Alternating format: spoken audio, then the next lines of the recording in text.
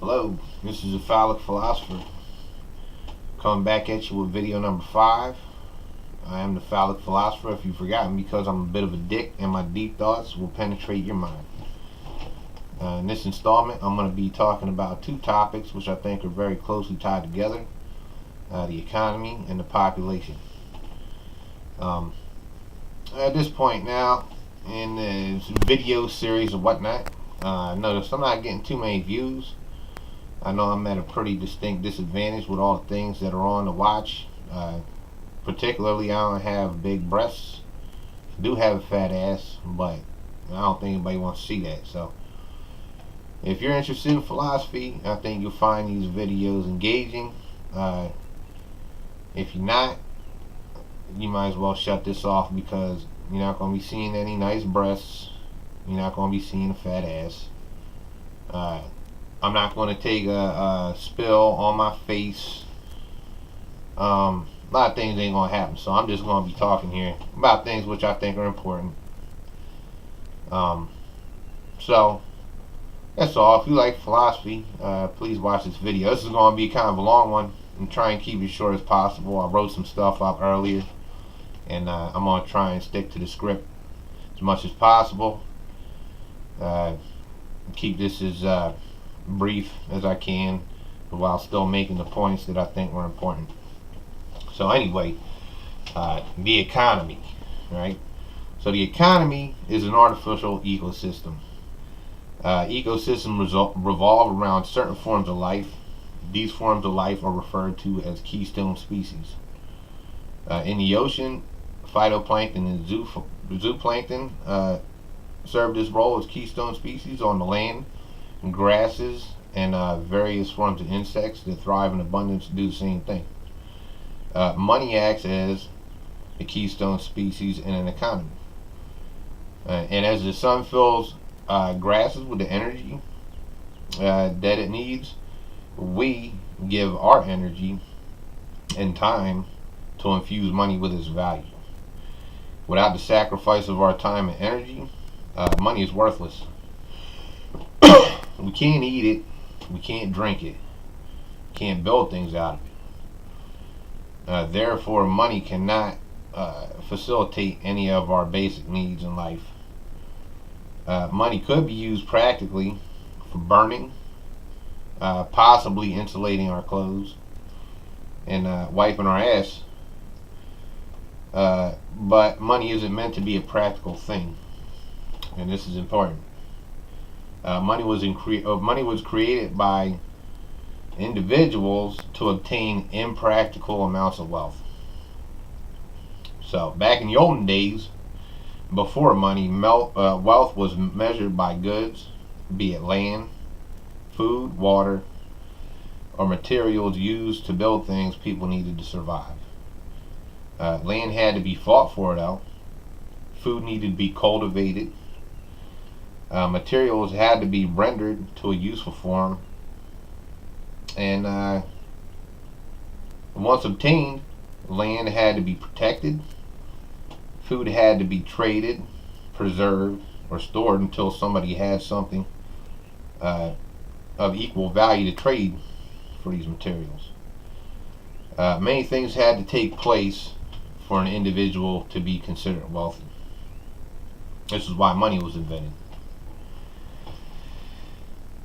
Money has no value, but it has been infused with the value of our time and energy. Money doesn't spoil, and this is what makes it so appealing. Rich people can stockpile enormous sums of money, while even people of modest financial means can save their spare funds to a point where they might be able to care for themselves in their old age. And that's a good thing. Money does have some advantages. Money has served the rich in a much more profound way than it has the middle and lower classes, though. Okay, so take Bill Gates, for example. Now, this is an example of impractical wealth. Now, at his richest, from what I heard, Bill Gates was worth about $90 billion. That's a lot of wealth.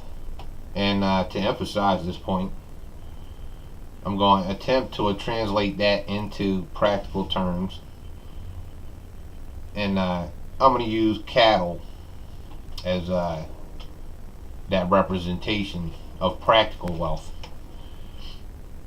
Now, I was speaking to a gentleman. He was a truck driver a while back, but he also owned a 500-acre ranch, he said, and raised cattle.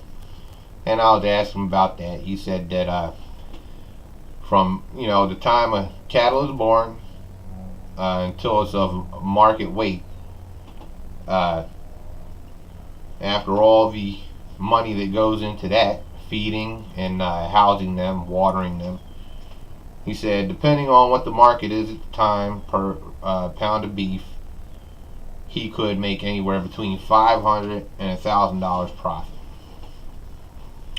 So if we're going to talk about $90 billion, and I'm going to go on the high end of things, $1,000 per cattle. For an individual to make $90 billion in profit, they would need 90 million cattle. Now, it's recommended that per cattle, an individual should have 2 acres of land per cattle. So that comes out to be 180 million acres of land. Now, to own that land in the first place, that's a different story.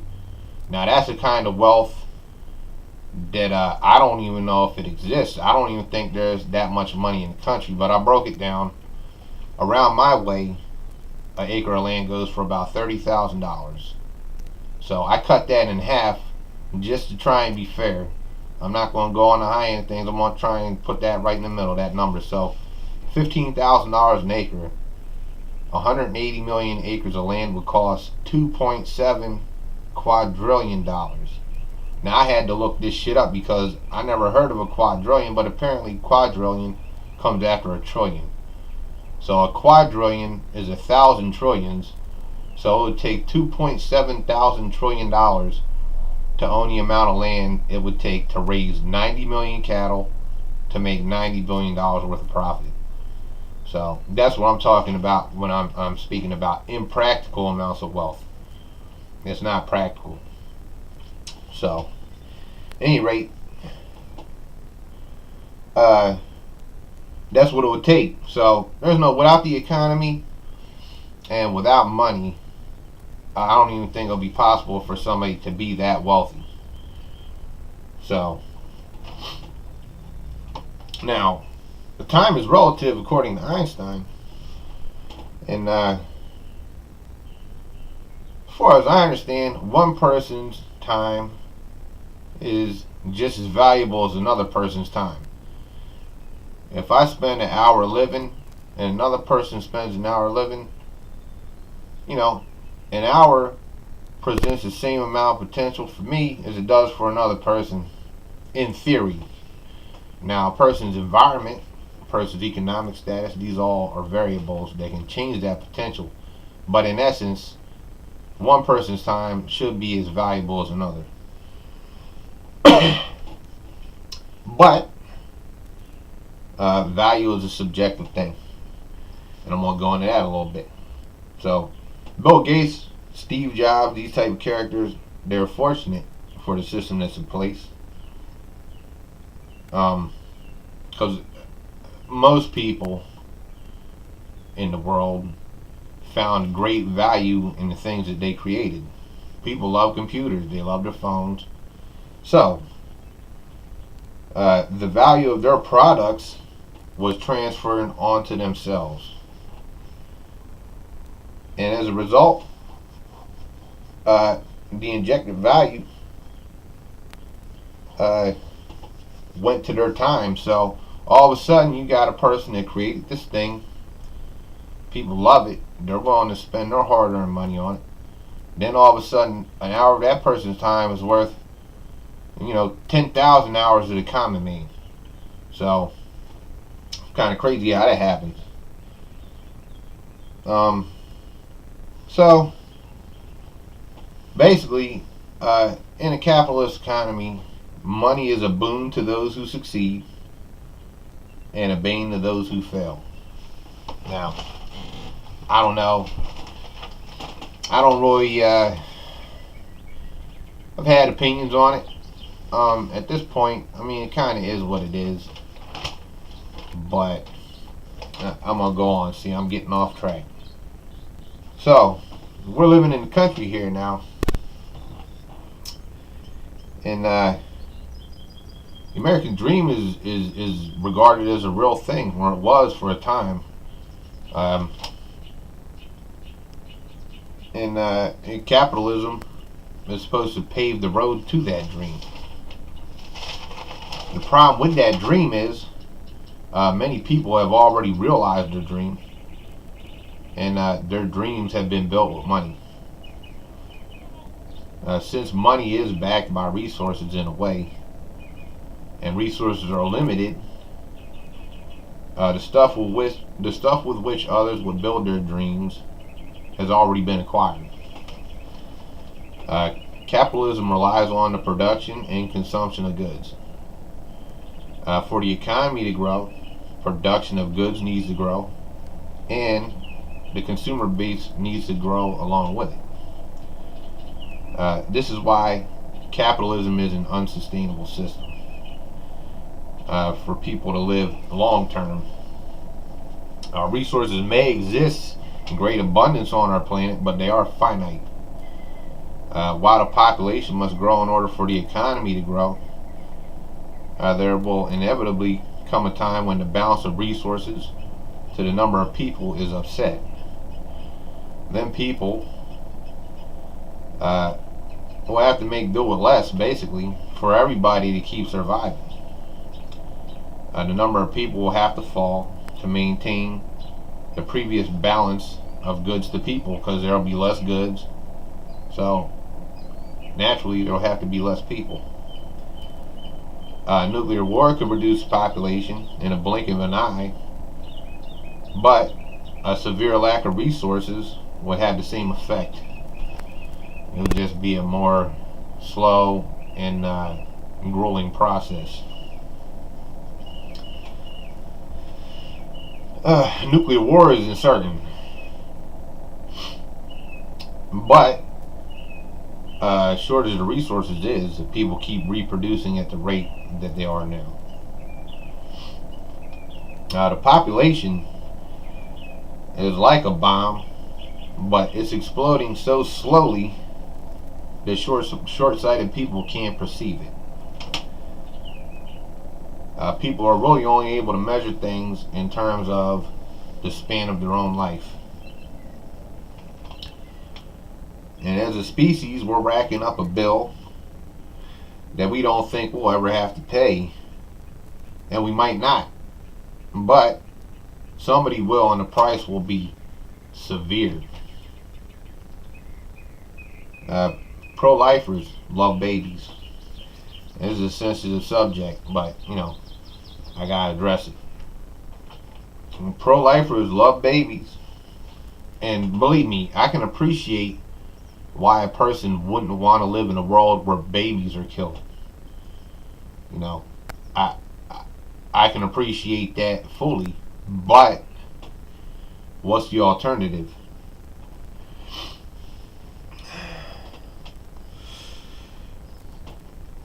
I think the problem is with people that are against abortion, they can't imagine a world where people have to eat their babies. This is the thing. People are only seeing things from their own experience, and they're only seeing the world from their own perspective. If somebody's living a good life, they want everybody to have that kind of life, right? They can't imagine somebody being robbed of that potential to have the life that they've had, and I can understand that. If somebody's happy, they project themselves onto an unborn baby, and they want that baby to have to enjoy the happiness they've had in their life. But the problem with that is people don't understand that everybody ain't born into those same circumstances. They can't even imagine what it'd be like to be miserable. Can't imagine what it'd be like not to be able to eat, to have no prospects, no future necessarily, or a future that they would want to imagine, no, they can't understand that. They just think that life is a good thing, and they want to protect that, what they perceive of life. But the thing of it is people keep having babies. There's the amount of resources doesn't change. That's a constant. There are only so many resources on the planet. So the more people there are, the more those resources have to be divided up and doled out to individuals for people to survive. Now, from what I understand, some scientists have estimated that the world and all its resources could support 40 billion people. But that would be basically 40 billion people living in abject poverty. The world could support 40 billion people on the most basic level, and that's food, water, and the least amount of shelter that a person could possibly need to exist. Now, if everybody in the world lived like we do in America, it's been estimated that the world could actually only facilitate 2 billion people, and that's a dramatic difference. So what people fail to understand, especially in America, is that the more babies there are, the less life is going to look like what it looks like now. People aren't going to be able to enjoy the same things that they have. People aren't going to be able to want as much out of life as they do now. And the thought of people being in a world where there's not enough to eat, and people might be driven to eat their loved ones, it's already happened in the 20th century during World War II and the siege of Stalingrad. It's been documented. People were eating their kids. Government officials deemed it necessary to post like PSA posters, announcements, pleading with people not to eat their kids. Now, this is something people can't understand. Honestly, my imagination probably doesn't even serve it justice, a situation like that. But these people in the siege of Stalingrad found themselves in a position where they had 3 options and none of them were good. They could either all starve to death and watch their family starve as they were starving. They could kill themselves, or they could start eating each other. So those are the 3 options. And I can't even imagine what that would be like. That would be a horrible thing. But it's known that people did eat their kids. And you have to imagine some of them people probably survived the war and had to live with that knowledge the rest of their life. I mean, it's crazy. There are things that I personally don't feel like should ever take place in real life, but they have and they do. But so basically, that's part of the reason why I've been making these videos too, because there's just some things that shouldn't happen, but they do. And there's some things I think as a species we can do to prevent these things from happening in the future. So this is why I'm reading this part. But so anyway, it happens. Now the population grows to a point where everybody's starving. I've never starved before personally, but I have fasted several times. It don't look like it, but I've done it. That's the only reason why I don't weigh fucking 500 pounds now. And I tell you what, on the 3rd or 4th week, hey, I used to look over at my dog, and the old Looney Tunes commercial, you have a couple characters stranded on an island, and the other one looked like a fucking chicken or something, a roast chicken. Hey, when you're hungry, shit starts looking good that you wouldn't think was good. That's all I'm saying. I've never been hungry enough to want to eat my kid, but people have been, I guess is what I'm getting at. So anyway, I'm going to sum this up. And I'm glad I got through this much, because I'll tell you what, it's getting harder and harder to get motivated to even make these videos. Nobody's watching them. But, I guess I'm just fucking stroking my own ego. This is all mental masturbation. But if the shit serves a value of some sort, that'd be great. So anyway, to sum this up, Capitalism isn't a sustainable system in its current state. Communism also isn't a solution because it conflicts with our nature. Capitalism is an expression of freedom. Communism suppresses that freedom. As the population grows with the economy and resources are depleted, will there be enough freedom to go around? That's a question. People talk about freedom, and then other people say freedom isn't free. Now, those people are talking about, people had to fight and die for freedom. That's where they meant freedom wasn't free. But freedom directly equates to our environment. Because there are enough free resources to support the life you want to live, then, how free can you be? See, that's another thing I almost forgot, and I'm glad I remembered. I'm going off of the script now. But a big part, capitalism, is driven by wants. It's not driven by needs.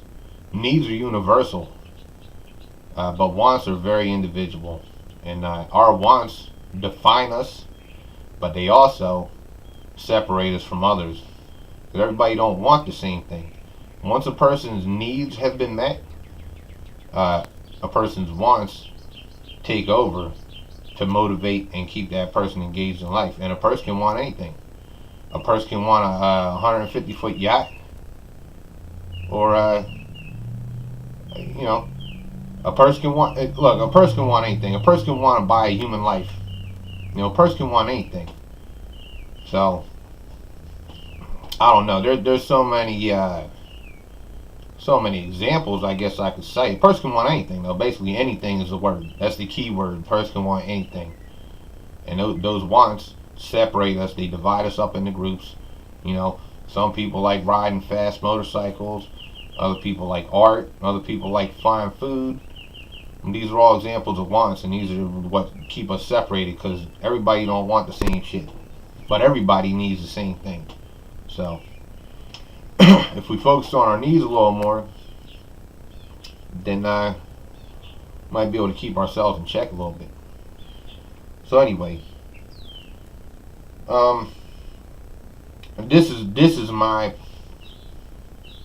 possible solution. Now I'm presenting a problem, so I gotta present a solution, and it really doesn't really jive with the American way, I guess. But people in China know about this, because they got 3 times as many people in their country as we do here. So, they got a different opinion of what the population means, because it's a different thing to them. They're in it, so they know. But so if in the next 100 years every American couple had 1 child, the population would be halved. And this is why, because if you got 2 people, leaving behind 1 person to replace them, you cut the population in half. It's that simple. Nobody needs to go or forego being a parent, and knowing all the joys of watching a baby grow to adulthood, and see all the milestones and all the fun things that kids represent. But 1 kid is plenty. It's good. 1 kid is good. Now, I understand there are some advantages to having multiple kids, because as parents, we're busy. We don't have the energy that our kids do. We can't really be sufficient playmates as a sibling could. Siblings are kind of homegrown playmates in a way, and I can see how siblings of a similar age might actually live a more enriching childhood. They're not alone in the world. They got somebody they can relate to.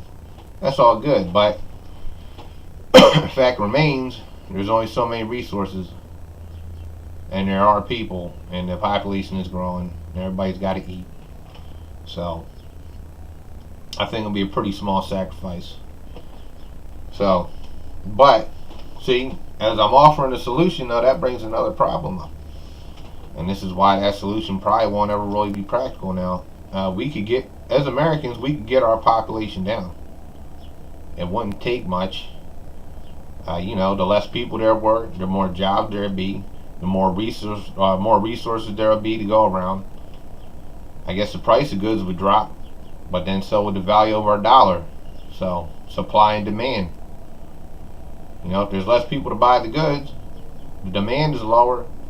Can't ask for as much money. So that's one drawback to that, reducing the population. The value of our money will suffer. The economy will suffer. Also, less people in the country will put us at a military disadvantage. So, if we drop the population from 350 million to 175, we got half as many people. If China wants to come roll over us, hey, look, if we kill 5 of their people to every one of us that gets killed, we'd run out of people before they did. So, militarily speaking, that'll put us at a major disadvantage. So, that's probably a pretty good reason why the government would never support this idea of having less kids. Because they need soldiers, and if they don't have soldiers, they still need people that are going to defend the soil. And there's lots of civilians that have guns. They could do that if they had to. So, I don't know. Can we solve our problems as a species as far as the population goes? Now, again, a lot of people don't see it as a problem, but can we solve this problem? I say that we can, but it would have to be a global effort. People would have to shift. They'd have to shift their what's the word? They have to shift their attention from making money to trying to find a balance, a sustainable balance that we can maintain. Because really, we find ourselves in a unique position as human beings, especially in this day and age. We've got all kinds of technology. We've already pretty much conquered nature. I mean, there are some things we can't control. I mean, the weather, natural disasters, whatnot, blights, plagues.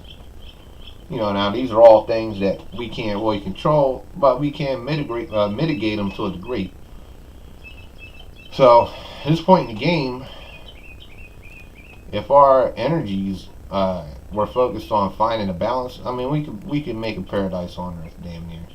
I mean, bad things are always going to happen, but if we weren't fighting each other, if we weren't scrambling to buy shit and make money that we didn't need, and we just focused on maintaining our balance with the rest of nature, I mean, there's so many things to see in the world, so many creatures, there's so many natural phenomenon. I don't know. That's just me imagining things. I mean, what I think is cool, what I think is worthwhile. I mean, everybody don't think the same thing, but I'm just saying we're in a good spot, and we can make shit real nice on this planet if we tried. But it have to be something we all agreed on, because again, money and war. Those are two reasons not to reduce the population of any country. So we gotta get off of that shit, and then maybe we can start fixing things. But anyway, I got through it. I don't know if you made it through this video. I wouldn't blame you if you didn't, but it didn't really turn out as good as I would like it to have. But look, I got other shit on my mind. I'm still living a life. I got work, all that jazz. So I'm sorry if the presentation was lacking in any way, but I think I said what I needed to say. And if you like this video, I'll be coming back with another one. The next one, I think I'm going to address race discrimination of all sorts, and really kind of point out how silly the things we consider to be differences are, because it's fucking retarded. And I'm sorry I said retarded, but I'm an older guy, and I wasn't really brought up in such a politically correct world. I don't mean nothing by it. Never called a retard, and I wouldn't. So, anyway, if it sounds interesting to you, I'll be putting that video out here at some point. So, let me shut the fuck up, because I got nothing else to say right now. You have a good day, and I hope everything's good. Till the next video. Peace.